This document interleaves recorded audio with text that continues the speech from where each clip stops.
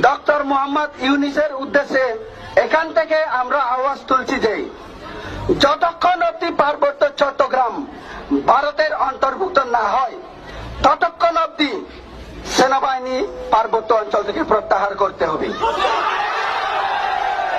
3 নম্বর, আসসালামু আলাইকুম ওয়া রাহমাতুল্লাহ। আলহামদুলিল্লাহ রাব্বিল আলামিন ওয়াসসালাতু ওয়াসসালামু আলা রাসূলিহিল কারীম ওয়া আলা আলিহি ওয়া আসহাবিহি আজমাইন ওয়া বা'দ। কাছে ও দূরে, দেশে ও প্রবাসে যে যেখান থেকে আমাদের আজকের আলোচনা শুনছেন ও দেখছেন, অনুষ্ঠানের শুরুতে তৈয়বা এইচডি মিডিয়া বাংলা চ্যানেলের পক্ষ থেকে আমি মোহাম্মদ রিদওয়ানুল ইসলাম যশোরী আপনাদের সকলকে জানাচ্ছি আন্তরিক মোবারকবাদ, ধন্যবাদ, প্রীতি, শুভেচ্ছা ও ভালোবাসা। সম্মানিত দর্শক ও শ্রোতা, ভিডিওর প্রথমে আপনারা একটি ভিডিও ক্লিপ দেখেছেন, সেখানে দেখছেন পার্বত্য চট্টগ্রামকে ভারতের অন্তর্ভুক্ত করার দাবি। আরেকটি আলোচনা আছে যেখানে দেখবেন বাংলাদেশের 6টি জেলাকে নিয়ে হিন্দুদের জন্য বঙ্গভূমি আলাদা স্বাধীন রাষ্ট্র চাচ্ছে ভারতের হিন্দুরা। আর এটা হচ্ছে বাংলাদেশের আদিবাসীদের একটা বিক্ষোভ এবং প্রতিবাদ সমাবেশ থেকে তারা দাবি করেছে পার্বত্য চট্টগ্রামকে ভারতের অন্তর্ভুক্ত করা গভীর ষড়যন্ত্র হচ্ছে। ভারতের অন্তর্ভুক্ত হওয়ার আগ পর্যন্ত সেনাবাহিনীকে চট্টগ্রাম থেকে প্রত্যাহার করার দাবি জানাচ্ছে তারা। উদ্দেশ্যটা কি জানেন? উদ্দেশ্যটা কি? উদ্দেশ্যটা হচ্ছে চট্টগ্রামকে যদি বিচ্ছিন্ন করা যায় বাংলাদেশ থেকে, চট্টগ্রামকে যদি ভারতের নিয়ন্ত্রণে নেওয়া যায়, তার বাংলাদেশ সহজে দখল করা সম্ভব। আমরা বলছিলাম না বাংলাদেশ দখলে নেবে, এখনও বুঝতেছেন না, এখনও জ্ঞান হচ্ছে না। আল্লাহ কখন মানুষকে জ্ঞান দান করবেন?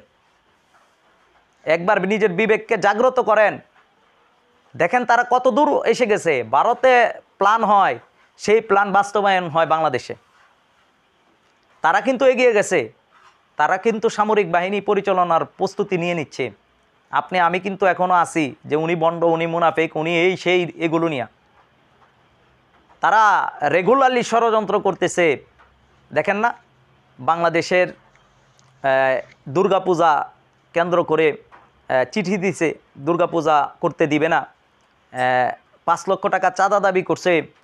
যদি দুর্গাপূজা করা হয় তাহলে কচু কাটা করা হবে হিন্দুদের। এটা কি মুসলমানদের চিঠি আপনি মনে করেন? কশ্মিল কালেও না, কোনো মুসলমান আলেম, যারা আমরা ধর্মের কথা বলি, কখনো এটা আমরা বিশ্বাস করি না। কোনো ধর্মীয় আলেম, কোনো ইসলাম ধর্মের পন্থী কেউ কোনো দিন এই কাজ করতে পারবে না। কারণ মুসলমানদের উপর রাষ্ট্রের শাসক যিনি থাকবেন অথবা আমির যিনি থাকবেন, তিনার নিয়ন্ত্রণে থাকবেন তারা। তাদের জানমালের সুরক্ষা দেওয়া, নিরাপত্তা দেওয়া, এটা হচ্ছে মুসলিম রাষ্ট্রপ্রধানের দায়িত্ব। সুতরাং তাদেরকে কচু কাটা করা হবে, তাদের হিন্দুদের দুর্গাপূজা করতে দেওয়া হবে না, এইগুলো আসলে পরিকল্পিত ঘটনা।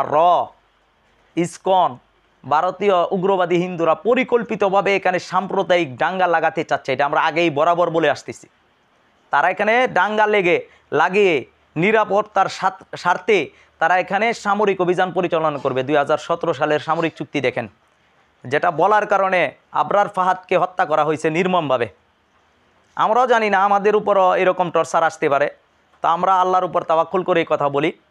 তো বিষয়টা হচ্ছে এটা পরিকল্পিতভাবে এই দেশে সাম্প্রদায়িক দাঙ্গা লাগানো হচ্ছে এবং তারা পার্বত্য চট্টগ্রামকে আলাদা করতে চাচ্ছে। তারা টোটালি বাংলাদেশটাকেই অখণ্ড ভারত করতে চায়।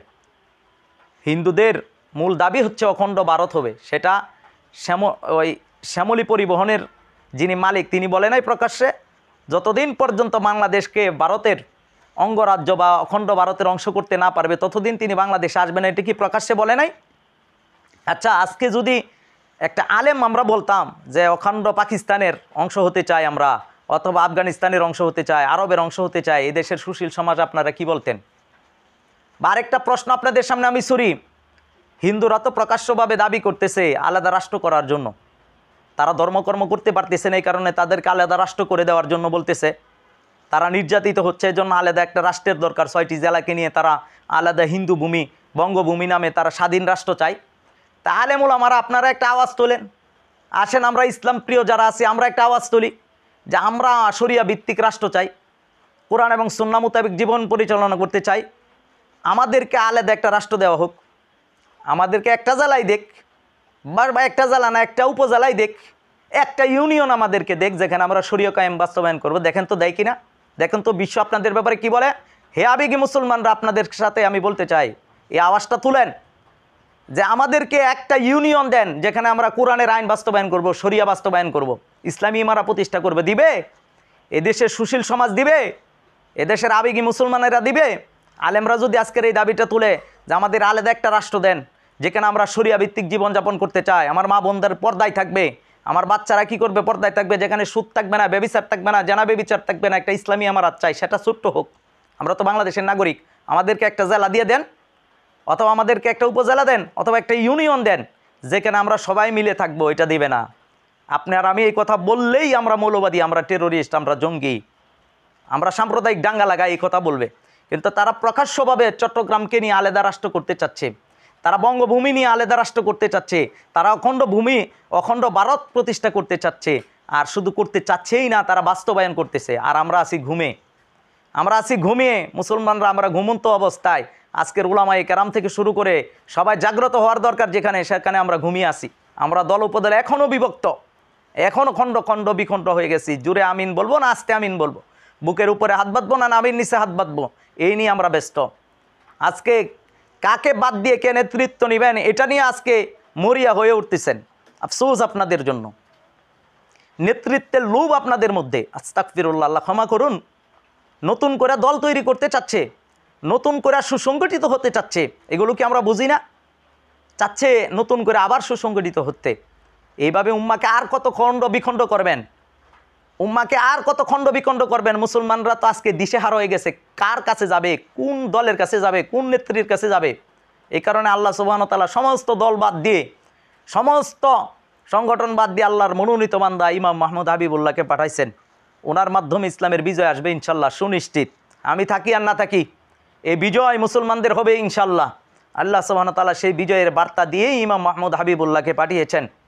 পার্বত্য চট্টগ্রামকে নিয়ে যারা আলাদা রাষ্ট্র চাচ্ছেন, গভীর ষড়যন্ত্র করতেছেন, আপনারা, আমি আগের আলোচনায় বলছি, আপনাদের সীমালঙ্ঘনের কারণে আপনারা ধ্বংস হয়ে যাবেন। পিপিলিকার পাখা গজে মরিবার তরে আপনারা যা করছেন, এই কারণে আপনারাই ধ্বংস হয়ে যাবেন ইনশাআল্লাহ। এজন্য আপামর মুসলিম জনসাধারণকে বলবো, ঐক্যবদ্ধ হন আল্লাহর মনোনীত বান্দার কাফেলায়, সুসংগঠিত হন আল্লাহর মনোনীত বান্দার কাফেলায়।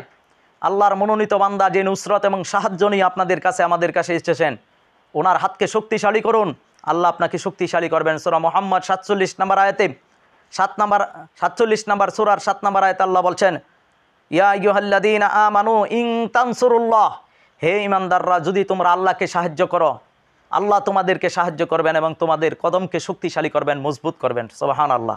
আল্লাহকে সাহায্য মানে আল্লাহর দ্বীনের সাহায্য করা, আল্লাহর মনোনীত বান্দাকে সাহায্য করা। আল্লাহর মনোনীত বান্দা আমাদেরকে ঐক্যবদ্ধ হওয়ার জন্য ডাকছেন। আসুন আমরা এখনই সতর্ক হই, আমরা ঐক্যবদ্ধ হই ইমাম মাহমুদ হাবিবুল্লাহর নেতৃত্বে, আল্লাহর মনোনীত বান্দার নেতৃত্বে। তাহলেই কেবল সামনে বিজয় আমাদের সুনিশ্চিত ইনশাআল্লাহ। আসুন সকল প্রকার দল ভেদাভেদ ভুলে গিয়ে, হিংসা বিদ্বেষ ভুলে গিয়ে, আমিত্বকে ভুলে গিয়ে আমরা একটা প্ল্যাটফর্মে ঐক্যবদ্ধ হই, তাহলেই কেবল আল্লাহ সুবহানাহু ওয়া তাআলা আমাদেরকে সাহায্য করবেন। আল্লাহ তাবারক ওয়া তাআলা বিদুর্মীদের, মুশরিকদের সকল ষড়যন্ত্রকে আল্লাহ ছিন্ন করে দিয়ে ইসলামের বিজয়কে সুনিশ্চিত করার জন্য আমাদের কাজ করার তৌফিক দান করুন। আমিন ইয়া রাব্বাল আলামিন। আসসালামু আলাইকুম ওয়া রাহমাতুল্লাহ।